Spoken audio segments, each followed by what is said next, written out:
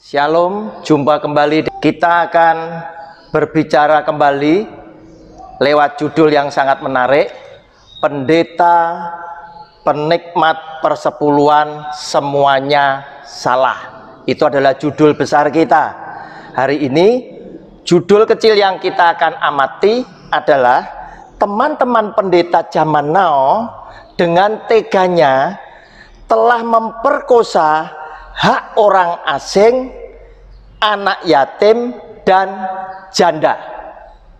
Saudara yang dikasihi oleh Tuhan, di dalam video saya tetap memakai sebuah asumsi bahwa saya menghargai semua pendapat teman-teman pendeta zaman now yang menerima dan yakin dia boleh menikmati persembahan persepuluhan dari jemaat bersama dengan keluarganya, karena mereka adalah imam yang melayani di bait Allah.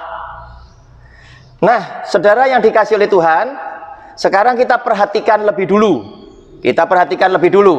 Agar supaya diskusi ini bisa berjalan, saya terima cara pandang daripada teman-teman. Tetapi lewat ayat firman Tuhan, kita akan lihat sekarang ada dua ayat firman Tuhan yang nanti kita akan pelajari bersama-sama, dan kita akan bandingkan dengan Maleakhi 3 ayatnya yang ke-10.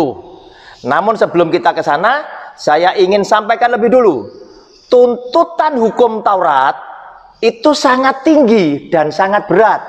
Saya yakin ketika kita ngotot dengan persepuluhan, berarti teman-teman ini lebih suka melakukan di bawah hukum Taurat. Dan saya yakin setiap pelaku hukum Taurat itu tahu tidak boleh satu perintah pun itu gugur. Kenapa? Karena jika gugur maka kita tidak lulus. Oleh karena itu, lewat hukum Taurat, kata Alkitab, dijamin engkau tidak akan selamat, karena lewat hukum Taurat engkau tidak pernah akan dibenarkan. Tetapi justru lewat hukum kasih karunia, Kristus telah menyelamatkan saudara dan saya dari semua kutuk atau hukum Taurat. Saudara, kita lihat sekarang. Kita lebih dulu melihat Ulangan pasal 26 ayat 12. Di situ judul bacaannya adalah persembahan persepuluhan. Dikatakan begini, apabila dalam tahun yang ketiga, tahun persembahan persepuluhan, engkau sudah selesai mengambil segala persembahan persepuluhan dari hasil tanahmu, maka haruslah engkau memberikannya kepada orang Lewi, orang asing, anak yatim, dan kepada janda, supaya mereka dapat makan di dalam tempatmu dan menjadi kenyang. Saudara, Tuhan tidak pernah katakan persepuluhan itu dalam bentuk uang, tetapi hasil tanahmu. Kenapa? Karena sejak semula Tuhan ingin fokuskan lewat persembahan persepuluhan, Tuhan ingin pelihara orang-orang yang sudah disebut di dalam firman-Nya, yaitu orang Lewi yang terdiri dari dua fungsi jabatan, orang asing, kemudian anak yatim, dan kepada janda. Dia kepingin orang-orang yang dia sebut itu mendapatkan pemeliharaan dari Tuhan lewat persembahan persepuluhan dari umat Israel. Kenapa? Karena konsep daripada Tuhan sendiri, Tuhan kepingin engkau yang diberkati lebih, engkau harus memperhatikan mereka yang tidak diberkati seperti engkau. Yang berkelimpahan memberkati yang sedang kesulitan. Supaya apa? Bukan supaya yang kesulitan mendapatkan keringanan, tetapi semuanya ini terjadi sebuah keseimbangan, sehingga hukum kasih Kristus itu bisa mengalir secara sempurna. Nah, saudara, sekarang kita lihat kalau di Maleakhi pasal yang ketiga ayat yang ke-10, saudara, itu juga bicara tentang judulnya pembayaran persembahan persepuluhan menyenangkan hati Allah. Ayat yang ke-10, bawalah seluruh persembahan persepuluhan itu ke dalam rumah perbendaharaan. Apa yang dimaksud rumah perbendaharaan? Rumah perbendaharaan itu sama seperti gudang untuk menyimpan persembahan persepuluhan yang berupa hasil pertanian dan lain sebagainya. Oleh karena itu tidak sama dengan zaman sekarang, disimpan di rekening. Rekeningnya siapa tidak tahu.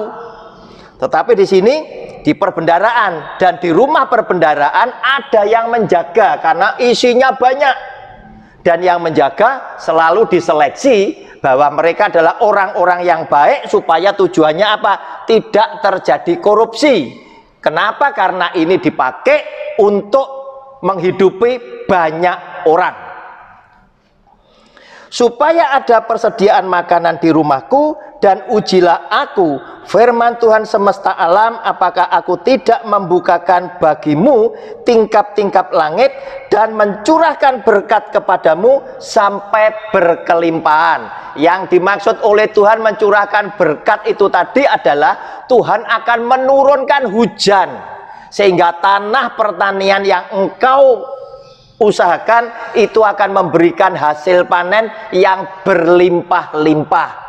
Bukan berarti duit turun dari langit, tetapi hujan dicurahkan oleh Tuhan, sehingga umat Israel yang bisnis utamanya adalah pertanian, mereka mendapatkan hasil panen yang berlimpah-limpah. Saudara, ada beda antara Maleakhi 3 ayat 10 dan Ulangan 26 ayat 12.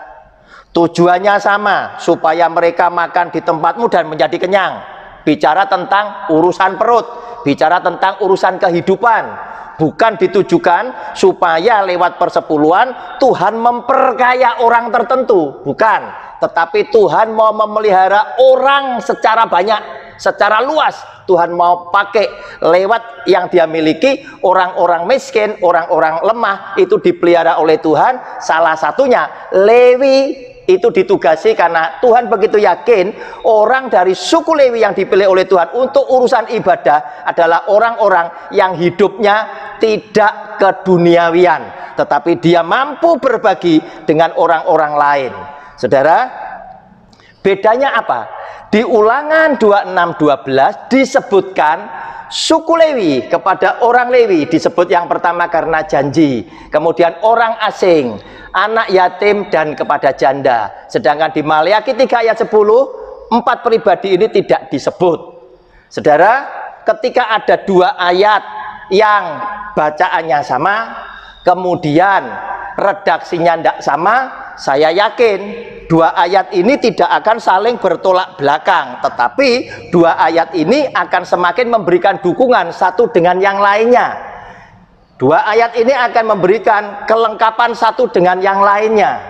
Dan jelas Maleakhi pasal 3 ayat 10 itu diberitakan, itu ditulis, penulisannya dengan Ulangan 26 yang ditulis oleh Musa, itu ada rentang waktu yang sangat panjang antara 700 sampai 900 tahun, sehingga Maleakhi 3 ayat 10 itu sebetulnya bukan perintah baru, tetapi adalah pengulangan dari perintah yang sudah ada, sehingga harusnya Maleakhi 3 ayat 10 diberitakan juga dengan memperhatikan perintah-perintah persepuluhan yang terdahulu yang ada di dalam kitab Taurat. Dan Maleakhi 3 ayat 10 dilengkapilah oleh Ulangan 26 ayat 12 ini, bahwa persepuluhan itu memang diperuntukkan oleh Tuhan untuk memelihara orang-orang yang menghadapi kesulitan dan orang-orang yang banyak yang di dalam kesesakan mereka. Saudara, kita lihat sekarang lewat persepuluhan ada banyak juga pribadi-pribadi yang tidak terjangkau. Dan kita masih ingat ketika Tuhan Yesus sudah naik ke surga, kemudian Petrus dan kawan-kawan mulai memberitakan firman Tuhan dengan begitu antusias dan semangat mereka. Mereka mengalami kemajuan, memenangkan jiwa yang luar biasa jumlah banyaknya. Tetapi apa yang terjadi? Kemudian mereka diingatkan oleh rekan-rekan sepelayanan yang lain. Kenapa? Karena mereka sementara melayani dengan memberitakan yang secara luar biasa, tetapi urusan meja, urusan perut para janda itu ditinggalkan. Maka dipilihlah orang-orang yang penuh dengan Roh Kudus, dengan maksud dan tujuan mereka ini yang ngurusi pembagian kepada janda, anak yatim, dan orang asing. Saudara, itu ada di dalam Kisah Rasul. Nah, oleh karena itu, apa sekarang resikonya jika ternyata hak mereka itu tidak sampai tersalur? Apalagi jika tidak tersalurnya itu adalah disengaja. Tentunya Tuhan akan memberikan sanksi. Oleh karena itu, mohon maaf bicara, jika saya memberikan judul ini adalah teman-teman pendeta dengan teganya telah memperkosa hak orang asing, anak yatim, dan janda. Karena selama ini persepuluhan itu tidak mengalir kepada mereka juga, seperti yang ditulis di dalam firman Tuhan di Ulangan 26 ayatnya yang ke-12. Saudara, kita lihat satu ayat lagi, Ulangan 27 ayat 19, judul bacaannya adalah ke-12 ucapan kutuk, yaitu adalah perbuatan-perbuatan yang Tuhan paling tidak suka, yang jika dilakukan oleh seseorang maka Tuhan minta semua bangsa berkata amin, karena Tuhan mengutuki perbuatan yang demikian. Saudara, penutup khotbah saya, Ulangan 27 ayat yang ke-19, demikian bunyi firman-Nya. Terkutuklah orang yang memperkosa hak orang asing, anak yatim, dan janda. Dan seluruh bangsa itu haruslah berkata amin. Saudara, jika firman Tuhan hari ini telah berbicara kepada Anda yang menonton video saya, jangan keraskan hatimu, tetapi lembutkanlah hatimu dan berbalik kepada firman Tuhan yang benar. Niscaya hidupmu dan keluarga akan diselamatkan. Shalom, Tuhan Yesus memberkati. Amin.